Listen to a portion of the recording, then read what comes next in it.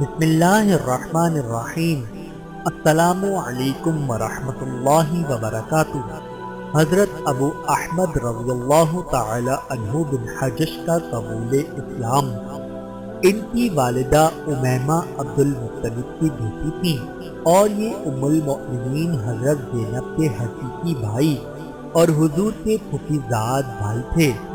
وہ اپنے بھائی عبداللہ اور عبید اللہ کے ساتھ دعوت اسلام کے آغاز یعنی حضور کے ارقم کے گھر میں پناہ گزین ہونے کے قبل مشرف با اسلام ہوئے اور بھائیوں کے ساتھ ہی ہجرت کر کے مدینہ آ گئے اور مبشر بن منظر رضی اللہ تعالی عنہ کے گھر مہمان ہوئے۔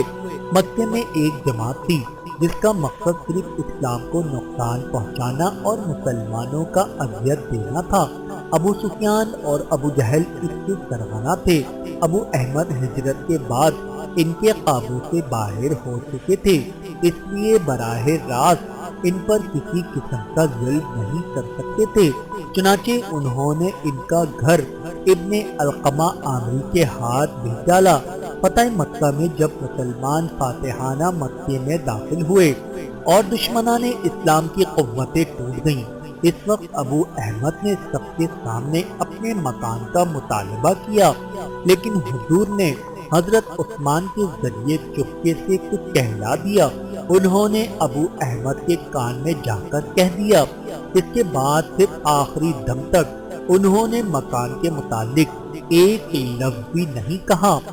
بات کو ان کی اولاد سے معلوم ہوا کہ حضور نے حضرت عثمان کے ذریعے سے کہلایا تھا کہ تم اس مکان کو جانے دو اور اس کے عوض میں تم کو خلد بری قصر ملے گا۔ حضرت ابو احمد رضی اللہ تعالی عنہ بن حجش پر اللہ رب العزت کی کروڑوں رحمتیں نازل ہوں، آمین ثم آمین۔